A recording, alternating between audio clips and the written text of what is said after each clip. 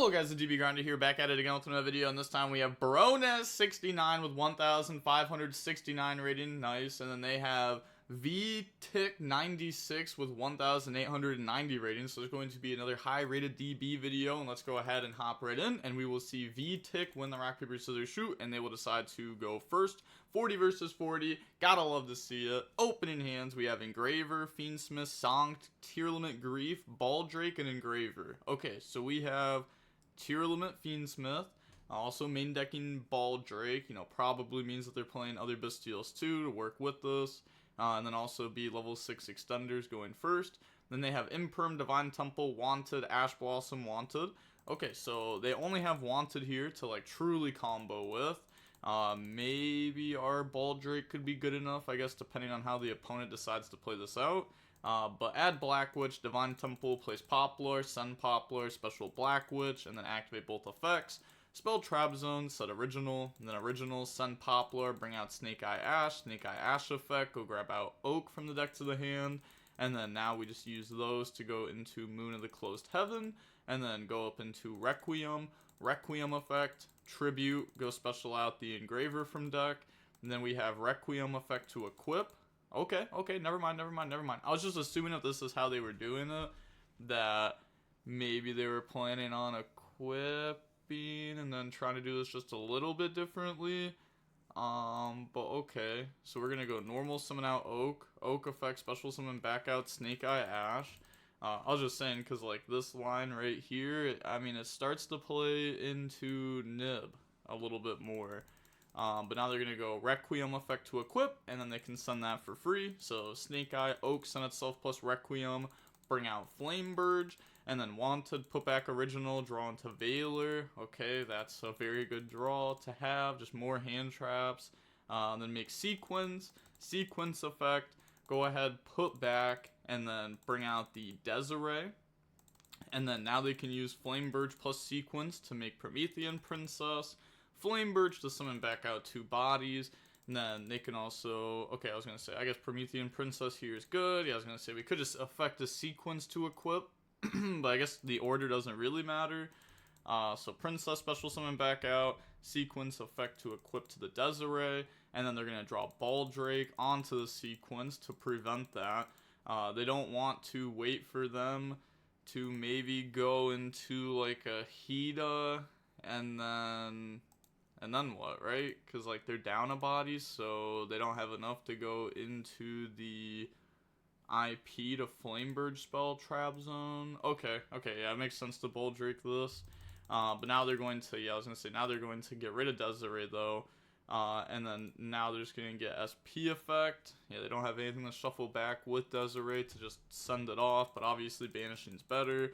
Now they're going to make Appaloosa, and then they can Flameburge to spell Trap Zone the SP there. Yeah, otherwise if they had a Fairy Engrave, or not a Fairy, but a Light Fiend Engrave, then they could have just made IP and then done the same thing. Desiree outed it instead of SP, and then have IP back there. Okay. Pass, draw Bestial Magmamut. That would have been pretty good in the starting 5.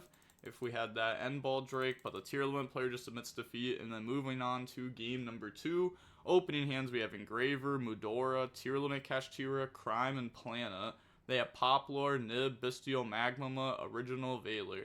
Okay, so their hand's pretty good, right? You want to draw tons of hand traps. They drew 3 hand traps plus a Bestial Magmama.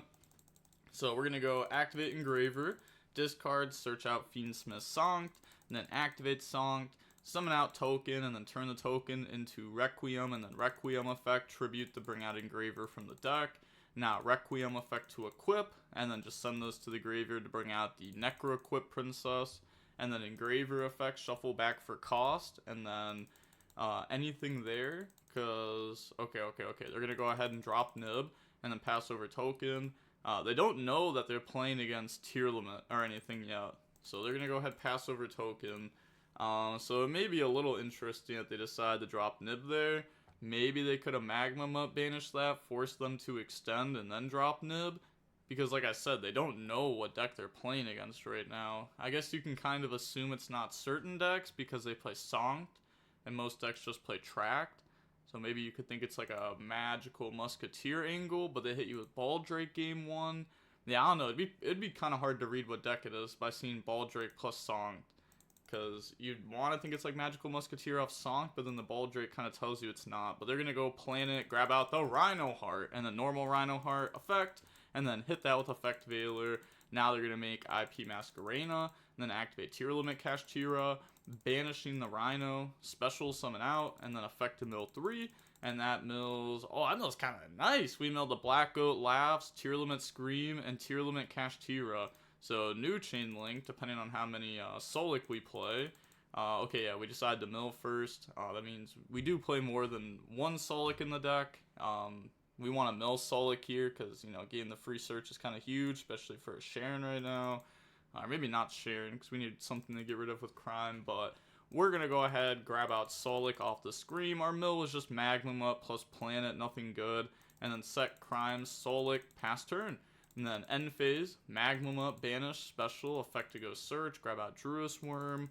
And then they just pass, draw Ash Blossom. Yeah, being able to keep the Bastille in hand to interrupt the opponent if they try to get a tier effect off can be pretty good. But now they're going to go battle phase right away, trying to force out the trap cards or the IP. And they do activate IP, which means both of the traps are not live now. They summon out SP effect, banish the Bastille because it's level 6. Battle phase still, beat over the SP, and then go main phase 2. Normal summon out the Poplar. And then now we can go Poplar will not be activating its effect. Okay. Interesting, not trying to grab out Divine Temple. That card's really good. I guess it plays in the Haveness. And maybe that's what they think they have since they're willing to turn off the traps so quick. Okay, so they're going to go ahead, make Moon of the Closed Heaven, Poplar effect to spell Trap Zone itself. Okay, and then now they're thinking if they want to use the Black Goat Laughs, calling Fiendsmith Requiem before they summon it out, because it is a quick effect. So they do banish, call Requiem there, try to cut them off of the Fiendsmith stuff. But now they're going to go original, send Poplar, go special, bring out Oak, then activate Oak effect. Special summon back out Poplar. And now they have checked for Haveness, so Poplar should be activating here. It's not? Okay, alright. If you are siding out Divine Temple, you are a animal. That card is so good. But I guess that also makes it so that way they can cut Snake Eye Diabellstar too. So I guess you get to take a brick out of the deck, but then you have to take, like, you know, you gotta take that out of your deck. You gotta take Divine Temple out of the deck. Oh, it just seems like so much. That package is so good. Lets you play through so much more. But okay, they're gonna go ahead, just send Oak plus Poplar, summon Flameburge, and then link off Moon plus Flameburge to make Promethean Princess. Flameburge effect, special summon back out Poplar plus Oak, and then Princess effect, summon out the Flameburge. Flameburge could always target the opponent's IP, and spell Trap Zone it, then we could just take it in their turn. That's one good thing about the opponent going through it. Then we're going to link off into a Hida, and then Hida plus Oak into Selene, and then Selene effect, gain counters, lose counters, special summon back out the Effect Veiler from the graveyard, and then, yeah, there's definitely enough spells for that. Then just link off, go up into Appaloosa, and then we have Flameburge effect, dispel Trap Zone, the IP Masquerena, and then they pass turn. Okay, we draw Sharon. That's not a bad draw at all. That is definitely not a bad draw at all. So we're going to try to go main phase, but they're going to Flameburge, take IP, and draw phase, so we can go main phase, Sharon effect. We assume that they stop this, right? Yeah, the Appo stop that. So now we can go normal summon Sharon, which will make us that way our Crime and our Solix live. So normal summon Sharon, attempt to say battle. Then they're going to go IP effect. We're going to Crime it. Oh, it's also funny because now the IP goes back to our extra deck. So we get that back. And then I guess it's not the greatest. It's definitely not the greatest, right? But we can go battle phase, beat over Appo. And then we have Solic that we can use. And then Sharon effect. They can't Druis because we have no monsters. So this goes through. But what does this make? Yeah, I guess it's just Mud Dragon. Which, it's not very good. It's probably not even worth doing it then, right? You don't get, like, anything out of it. Yeah, we're just gonna go main phase 2, and then activate Engraver. Sure. So Engraver effect, put back Engraver, try to special summon out, and then they're going to activate Druis Worm, banish the special, okay, and then Medora effect, to go ahead and put back Promethean Princess, Poplar, and Original Sinful Spoil. Okay, sure, that's fine. Putting back the Poplar makes sense, so that way they can't Flame Burge. Oh, wait a second. I wasn't even thinking about that exactly, because now if we out Flame Burge, you know, it takes away their follow-up. Well, I guess there's no follow-up off this anymore, but they're going to Solic, stop Druis Worm, and then Sharon effect, put back itself, plus the SP, summon out the Mud Dragon, and then Planet effect, pop Flame Burge, just go ahead and get rid of that, and then pass turn. Okay, they draw Wanted. If we were doing this, shouldn't we have also just Solic'd on Flame Burge? There was no point of using it on Druis Worm, because now, if they play Druis Worm Beatdown and we top deck, like, a Havness, we can't Solic this, because it's permanently negated. So that, you know, won't matter. But yeah, they're going to activate Wanted, and they say, GG's, misplayed really hard by not using the Trap. Should have used Trap on the Magma Mutt. Oh, using Solic on Magma Mutt and trying to Tearlament Kashtira Mill too. Is that what they're saying? But I don't know if it changes a lot, to be honest. Was a really tough spot.